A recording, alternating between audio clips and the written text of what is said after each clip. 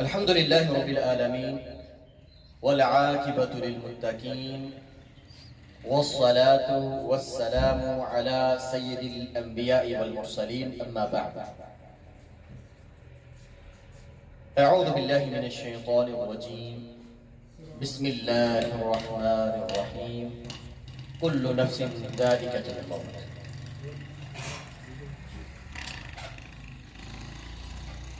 سب سے پہلے آپ تمام احباب کا بے حد ہم مشکور ہیں کہ جو آپ ایک علمی مجلس کے اندر تشریف لائے، اور اس کے بعد ان احباب کا بھی جو عبدالجبار بھائی ہیں، ان کی جتنی بھی ٹیم ہے، ان کے جو متعلقہ ساتھی ہیں، ان کے بھی شکر گزار ہیں کہ انہوں نے ایک دینی پروگرام کا یہاں پہ انعقاد کیا۔ اب پروگرام جس سلسلے میں ہے تو اس کی تو دعوت آپ کو مل گئی ہوگی، اشتہارات کے ذریعے بھی آپ نے دیکھ لیا ہوگا، یا جس طرح جو ذاتی طور پہ جو روابط ہوتے ہیں ان کو استعمال کر کے بتایا جاتا ہے کہ فلاں موضوع پہ ٹریننگ ہے۔ جیسے کہ آپ یہاں پہ دیکھ بھی رہے ہیں کہ ہماری جو ٹریننگ ہوگی اس کا موضوع ہے تجہیز تکفین تدفین کورس۔ اب یہ کیا ہوتا ہے، انشاءاللہ ان سب چیزوں کو ہم اپنی سلائیڈ کے ذریعے سیکھیں گے۔ تو الحمدللہ یہ جو ہمارا کورس ہے، ہمارے استاد محترم زین عرفان حافظہ اللہ انہوں نے اس کو تیار کیا ہے، اور ان کے ساتھ ایک بڑی علماء کی جماعت تھی کہ جب وہ اس کو تیار کر رہے تھے تو اس وقت علماء کے پاس ترتیب دینے کے بعد ان کے پاس پیش کیا جاتا، جب وہ اس چیز کو پاس کرتے تو پھر ان کو سلائیڈ کی شکل میں لے کر آتے تھے۔ جو ہمارا کورس ہے یہ تقریباً 2 گھنٹے پر مشتمل ہوتا ہے، اور اس میں ہم صرف تجہیز و تکفین نہیں، دیکھنے سے تو یہ لگتا ہے کہ یہ مرنے اور اس کے بعد کے متعلقہ کے امور سے وہ تو صرف کفن دفن والی جو چیزیں میں 10 منٹ کی ہوتی، اس سے پہلے ہم کیا کر سکتے ہیں، کیا کرنا چاہیے، اور ہم کیا کر رہے ہیں اور کیا نہیں کرنا چاہیے، مین وہ چیزیں ہیں جس سے معاشرے کی اصلاح ہوتی ہے۔ اور اس کورس کو قرآن و احادیث اور کتب فقہ کے مطالعے سے تیار کیا گیا ہے، اور اسی طرح علماء کرام کی الحمدللہ ایک مکمل ٹیم ہے جو ہمارے ان کورس کو دیکھ رہی ہوتی ہے۔ تو یہ صرف ہمارا ایک کورس نہیں، اس طرح کے ہمارے تقریباً 12 کورسز ہیں جو ہم 1.5 گھنٹے 2 گھنٹوں کے اندر کرواتے ہیں۔ مثال کے طور پہ ایک آپ کے سامنے یہ ہے، اس طرح 1.5 گھنٹے میں ہمارا طہارت کا کورس ہے، 1.5 گھنٹے میں ہمارا ہے استقبال رمضان کے نام سے کورس ہے، سیرت نبویہ میں ہمارے 12 لیکچر ہیں 1.5 گھنٹے کے۔ اس طرح ہمارے مختلف کورسز ہیں، اور اسی طرح ہمارے پاس انڈرسٹینڈ قرآن گلوبل ٹیم ہے جو کہ اس وقت گلوبل سطح پہ الحمدللہ قرآن فہمی کے ایک عام انسان کس طرح خود بخود قرآن کا ترجمہ کر سکتا ہے، اس کے اوپر سلائیڈوں کے ذریعے سے الحمدللہ ہمارے کام ہو رہے ہیں۔ اس میں فزیکل کلاسیں بھی ہماری چل رہی ہیں، آن لائن کلاسیں بھی چل رہی ہیں، اور اس طرح باقی اس طرح کے جو ہمارے موضوعات ہوتے ہیں ان کو بھی ہم معاشرے میں لے کر آتے ہیں تاکہ ہمارے لیے بھی صدقہ جاریہ ہو سکے اور عوام کو بھی فائدہ ہو۔ آج کا جو ہمارا کورس ہوگا، جو ہماری ٹریننگ ہوگی، اس میں ہم 6 باتوں کو ڈسکس کریں گے، یاد رکھیے، کیونکہ یہ جو ورکشاپ ہوتی ہے یہ الحمدللہ بڑی منظم ہوتی ہے، اور اس پہ جو ہمارا اعلان ہوتا ہے، اشتہار ہوتا ہے، اس کے اوپر جو چیز لکھی ہوتی ہے اسی کے مطابق بات ہو رہی ہوتی ہے۔ یہ کوئی جلسہ یا جلوس والا مسئلہ نہیں ہوتا جس کو جی یا چاہیا اس نے وہی مسئلہ بیان کر دیا اور چلا گیا، وہ نہیں۔ ہمارے جو انشاءاللہ آج کی ٹریننگ ہے یہ 6 موضوعات پہ ہوگی۔ پہلا کیا ہے کہ مرنے سے پہلے کیا۔ ابھی ہم سب مرے تو نہیں ہیں نا جو یہاں پہ بیٹھے ہیں، تو مرنے سے پہلے کیا مطلب کہ اس کا تعلق ہمارے ساتھ ہوگا موت کے وقت، کہ اگر آپ کے سامنے کسی کی موت ہو رہی ہے تو ہمارا رویہ کیا ہونا چاہیے، اس پہ ہماری بات ہوگی۔ مرنے کے بعد اگر ہمارے سامنے کوئی شخص مر گیا ہے تو ہم اس کے ساتھ کیا کریں، روئیں پیٹیں، کیا کریں، وہ سارا کچھ انشاءاللہ آج دیکھیں گے۔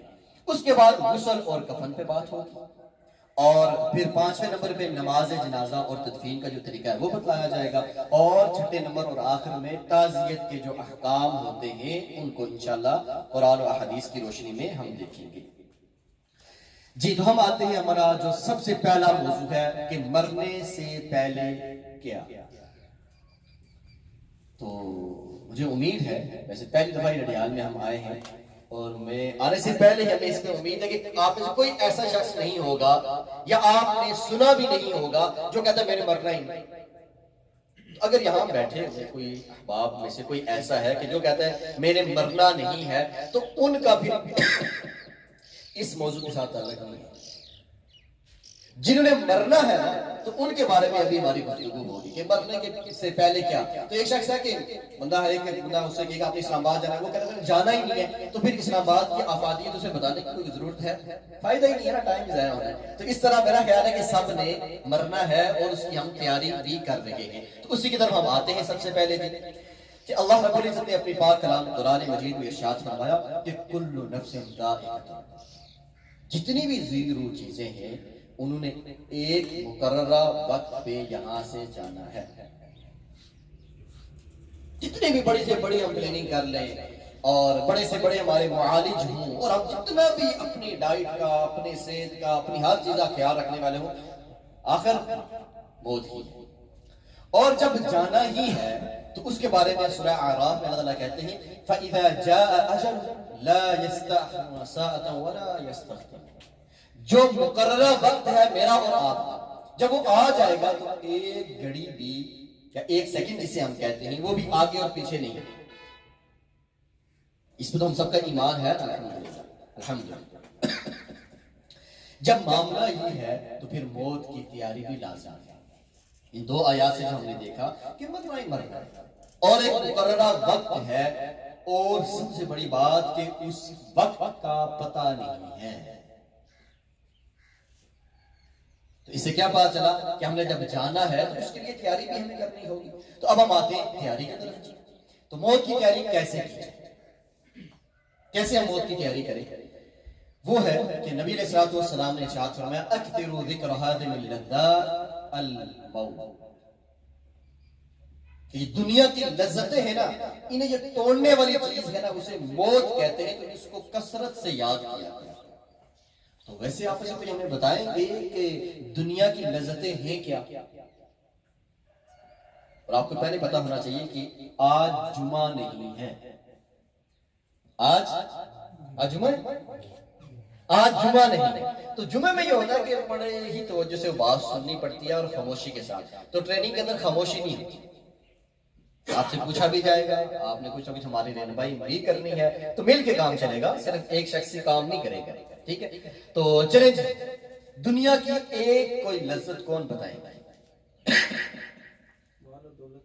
ویری ویری, مال و دولت بھی دنیا کی لذت ہے. اس کے علاوہ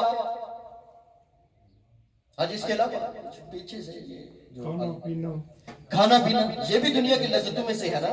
باقی جاؤ منصب, منزلت, مقام, مرتبہ, جی یہاں سے تھوڑا بتائیں جی, یہاں سے کچھ نہ کچھ بتائیں نا تاکہ ہمیں پتہ چلے کہ آپ ہمارے ساتھ ہیں. بیوی بچے وغیرہ, اور کثرت سے بیویاں, کثرت سے بچے, دنیا کی لذت ہے نا. اس کے علاوہ ایک اور ہے جس کی طرف میں آپ کو لے کے جا رہا ہوں, وہ کون سی ہے؟ عارضی گھروں کی تعمیر. عارضی گھروں کی تعمیر. عارضی کون سے ہوتے ہیں؟ عارضی جڑے دنیا نے. ٹھیک ہے, ہاں جی. اس کے علاوہ کوئی؟ اچھا, آپ کو پتہ ہے یہ سارے لذتیں بتائی, یہ حقیقت میں یہ لذتیں ہیں. اور ایک اور لذت بھی ہوتی ہے, اور جسے کہا جاتا ہے کہ بعض معاشرے کے اندر نا, مطلب اکثر میرے معاشرے کے اندر یہ ایسے لوگ پائے ہی جاتے ہیں کہ جنہیں نا لڑائی جھگڑا کر کے, فتنہ فساد کر کے اور دوسروں کی عزتوں سے کھیل کے بڑا مزہ آتا ہے. تو یہ کیا ہے؟ یہ لذت ہے. آپ نے جتنا مرضی روکے, اس نے ایک ہفتہ رکے گا وہ شخص, اور تھوڑے دنوں بعد جا کے دوبارہ اس نے کوئی پنگا کرا, پھر ایک ہفتہ اسے سمجھائیں گے بھائی یہ بات ٹھیک نہیں ہوتی ہے, بڑے مسائل ہیں, ایسے ہے ایسے ہے. انہوں نے پھر جا کے نا وہ ادھر جنگل میں آگ نہیں لگاتے, اس نے دوسری جگہ بیٹھ کے آگ لگاتے ہیں. تو جو ہم لذتیں یہاں پہ بیان ہیں وہ بھی ہیں, لیکن وہ عام لذتیں ٹھیک ہے وہ ایک حد تک ہوتی ہیں, ایک کھانے کی لذت کتنا کھا لیں گے, لیکن یہ جو آخر میں نے جو ذکر کی یہ ایسی لذت ہے کہ جس کو یہ اس لذت کا شوق آ گیا نا, وہ معاشرے کے اندر امن نہیں دیکھتا وہ شخص. جیسے کہتے ہیں نا کسی کے ہابیز کیا ہے, تو وہ اس کی ہابیز کے اندر آ جاتا ہے کہ نہیں یہاں پہ آگ لگانی ہے. تو یہ بھی لذت ہے. تو اگر وہ شخص اس لذت سے باز نہ آئے نا تو اسے کہنا ہے کہ آپ نے یہاں پہ جانا ہے، موت کے پاس جانا ہے. تو بیان کرنے کا مقصد صرف یہ ہے کہ اللہ نہ کرے اگر ہمارے اندر اس طرح کی کوئی لذت ہے تو ہمیں اس کو ختم کرنا ہوگا. باقی لذتیں ان کا تعلق انسان کے ساتھ ہی ہوتا ہے، کھانا ہے، باقی چھوٹی موٹی جو ہم غلطیاں کرتے ہیں تو اکثر جو ایسی ہوتی ہے کہ جن کا اپنے ساتھ ہوتا ہے انسان جو توبہ کر لے گا، چلو اللہ تعالیٰ معاف کرنے والے بھی ہیں تو کام چل سکتا ہے. لیکن جو آ کر بھی یہ بڑی جو لذت ہے نا، یہ بتائی میں نے، فتنہ فساد کی، لڑائی کی، جھگڑے کی، اس میں بہت سی احادیث بھی ہیں. لا يدخل الجنة قاطع، لا يدخل الجنة قطاط، بہت اس طرح کے احادیث ہیں. اگر اس پہ جائیں گے تو کہیں موضوع نکل جائے گا. تو اب اس طرح کی کوئی بھی صفت مذمومہ ہمارے اندر بھی نہیں ہونی چاہیے، اور جو ہمارے متعلقہ لوگ ہیں، جو ہمارے دوست احباب ہیں، جو ہمارے رشتہ دار ہیں، ان کے اندر بھی نہیں ہونی چاہیے، کیونکہ اس سے بہت بڑا معاشرے کا جو امن اور سکون ہے وہ برباد ہو جاتا ہے. سمجھ آ گئی؟ ایک لذت ہے. اور اس طرح بات تیاری کی ہو رہی تھی تو اعمال صالحہ کی ذکر تیاری کریں. قرآن کہتا ہے کہ وَلَا تَمُوتُنَّ إِلَّا وَأَنْتُمْ مُسْلِمُونَ، کہ آپ پہ موت نہ آئے آپ مسلمان ہوں. تو کیا مطلب کہ کسی وقت کوئی ایسا بڑا اور کبیرہ گناہ کو اپنا عادی نہیں بنا دینا کہ اکثر ہم وہی کرتے رہیں اور اس کرتے کرتے کہیں موت آ جائے تو اس وقت ایمان اٹھا دیا جائے. بہت سے ایسے گناہ بھی ہیں معاشرے کے اندر، یہ زنا ہے، باقی اس طرح کے. تو اللہ نہ کرے اگر کوئی شخص وہ کر رہا ہے تو اس وقت تو مومن نہیں ہے، حدیث کہتی ہے. تو اس لیے اسلام نے ہم سے مطالبہ یہ کیا ہے کہ آپ پہ موت نہ آئے مگر آپ مسلمان ہوں. تو کیا مطلب کہ ہمیشہ ہمیں مسلمانوں والے کام کرنے چاہیے. تو اللہ کے ساتھ اچھا گمان رکھنا ہے. ورنہ کیا ہوتا ہے بھئی ہم مسجد نہیں جاتے ہیں، ہم فلاں جگہ جمعہ نہیں پڑھتے، وہاں خطیب صاحب ہمیں ڈراتے ہی رہتے ہیں بس. تو بھئی صرف اللہ کی جو صفات میں صرف ڈرانے والا سسٹم نہیں ہے.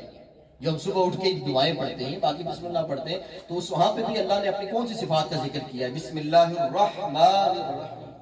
رحمان اور رحیم کا، رحمان کے اندر کیا ہوتا ہے؟ جوش کا اظہار ہوتا ہے.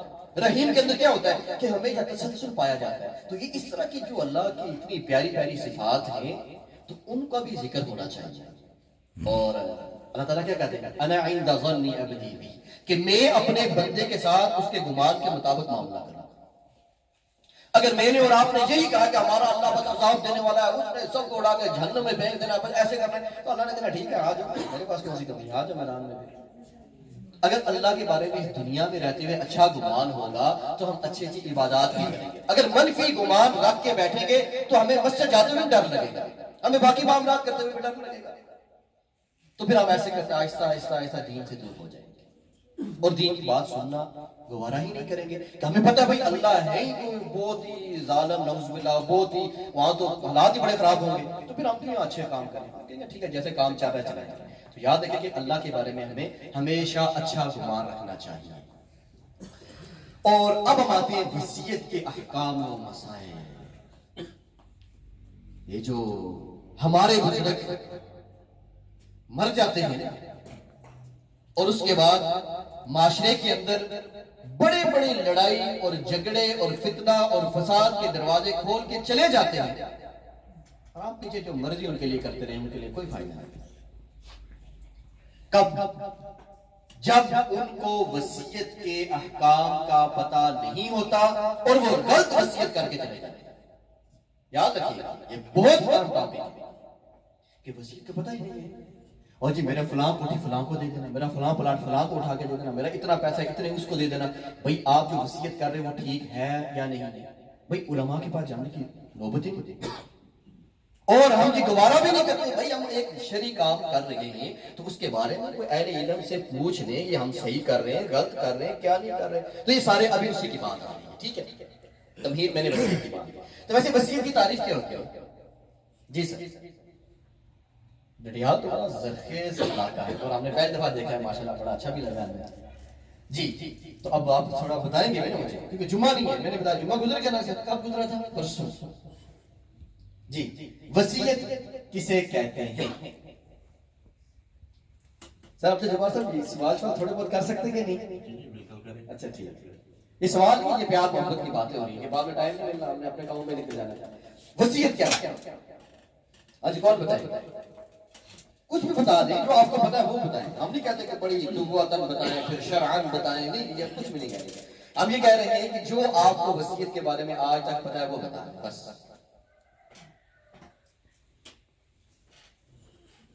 جی مرنے سے پہلے اپنے پاس جو دولت اور جو بھی ہو اس کے بارے میں کچھ دوسرے کو بتانا کہ کس طرح اس کی تقسیم کرنی ہے. ٹھیک ہے, ویری ویری. ان کے علاوہ کوئی بھائی کوئی چیز ایڈ کریں گے کہ وصیت بہت پیاری بات کی ہے, بالکل 100% ٹھیک بات ہے. ہاں جی, کوئی اور بات تھوڑا بہت کچھ. لیکن آپ حصہ نہیں ڈال رہے تو میں اکیلا تو تقریباً 2 گھنٹے نہیں بولوں گا. پھر ایسا ہے کہ پوچھ لیتے ہیں یہی حال ہے. سر آپ کے نزدیک میں وصیت کیا تھی؟ آپ کے نزدیک وصیت کیا تھی؟ یہی ہے کہ جو اس کی دل میں ہوتا ہے نا کہ میرے مرنے کے بعد یہ میری جائیداد کدھر جائے, اس کی خواہشات بھی ہوتی ہے نا کہ اللہ کے راستے میں ہو یا کس وراثت کا یا اس کا دل ہے کہ اس کے پاس زیادہ چلا جائے, اور پھر اس کی دل کی جو خواہش ہوتی ہے نا اس کو آپ لے کر چلا جائے کہ میرے بعد تقسیم ہو جائے. کتنی پیاری بات کر دی ہے ہم نے کہ اگر ایک شخص ہے وہ چاہتا ہے کہ مرنے کے بعد اس کے جو معاملات ہیں وہ کیسے ہوں تو اسے وصیت ہی کہا جاتا ہے. چلیں باقی کی تفصیل ہم دیکھتے رہیں گے. اب وصیت کے بارے میں سب سے پہلے حدیث مبارکہ کی طرف ہم آتے ہیں. حدیث کیا کہتی ہے؟ نبی علیہ الصلوۃ والسلام نے ارشاد فرمایا ما حق امرئ مسلم له شيء يوصي فيه يبيت 3 ليال الا ووصيته عنده مكتوبہ. اگر کوئی شخص اس کے پاس کوئی ایسی چیز ہے کہ جس میں وہ وصیت کرنا چاہتا ہے تو اس میں 3 راتیں نہ گزرے اور اس کی وصیت اس کے پاس لکھی ہونی چاہیے. تو وصیت سے کی جاتی ہے. یہ ساری چیزیں ہم ایسے آگے دیکھیں گے. تو عبداللہ بن عمر فرماتے ہیں کہ جب سے یہ حدیث میں نے سنی ہے کوئی ایسی رات نہیں گزری کہ میری وصیت میرے پاس لکھی ہوئی نہ. وہ کہتے ہیں اگلا دن ہی نہیں چڑھا جی, میں نے وصیت تو اسی وقت اپنے پاس لکھ لی. تو یہ کیوں لکھنی ہے, اس حادثے سے ہم آپ کے ساتھ رکھتے ہیں انشاءاللہ. اب جمہور کیا کہتے ہیں, وصیت لکھنی چاہیے نہیں لکھنی چاہیے کیا ہے؟ تو یاد رکھیے گا کہ جمہور کے نزدیک وصیت لکھنا اور رکھنا مستحب عمل ہے. تو اگر ٹریننگ کے اندر کبھی بھی جمہور کا لفظ بولا گیا اس کا مطلب یہ ہوتا ہے کہ اکثر بڑے جو علماء ہیں وہ اس چیز پہ متفق ہیں. ٹھیک ہے, اس ٹرم کا یہ مطلب ہوگا. لیکن بعض علماء کے نزدیک بعض صورتوں کے اندر وصیت کو لکھنا فرض ہو جاتا ہے. اب 3 صورتیں آپ کے سامنے ہم رکھ رہے ہیں تو میں نے اور آپ نے اپنا محاسبہ کرنا ہے کہ کہیں ان تینوں میں کسی جگہ ہم تو نہیں آ رہے. پہلے کیا ہے, جب انسان پر قرض ہو اور دوسروں کو کوئی علم نہ ہو. کیا مطلب اس کا؟ اس کا مطلب یہ ہے کہ مثال کے طور پر میں نے کسی کو قرض دینا ہے.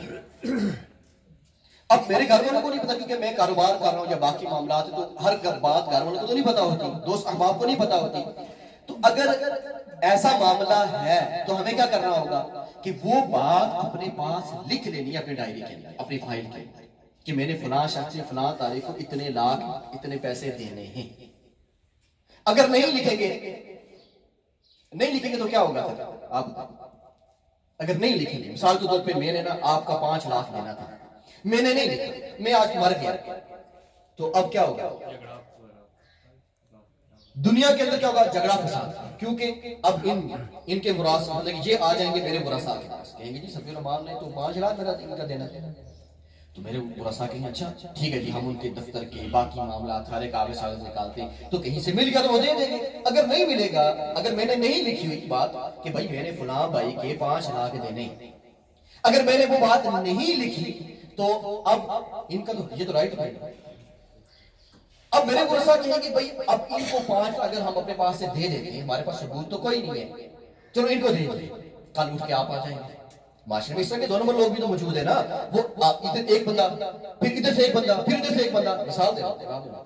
تو کیا مطلب ہوگا کہ پھر ہر دوسرا بندہ مطالبہ کرنا شروع کر دے گا, تو وہاں پہ مسئلہ خراب ہو جائے گا. ایک یہاں پہ دنیا میں خراب ہوگا, دوسرا حدیث کے اندر کیا آتا ہے, شہید کا کتنا بڑا مقام ہے. حدیث کے اندر آتا ہے کہ اس کے خون کا ایک قطرہ, پہلا قطرہ زمین پہ گرا سب گناہ معاف.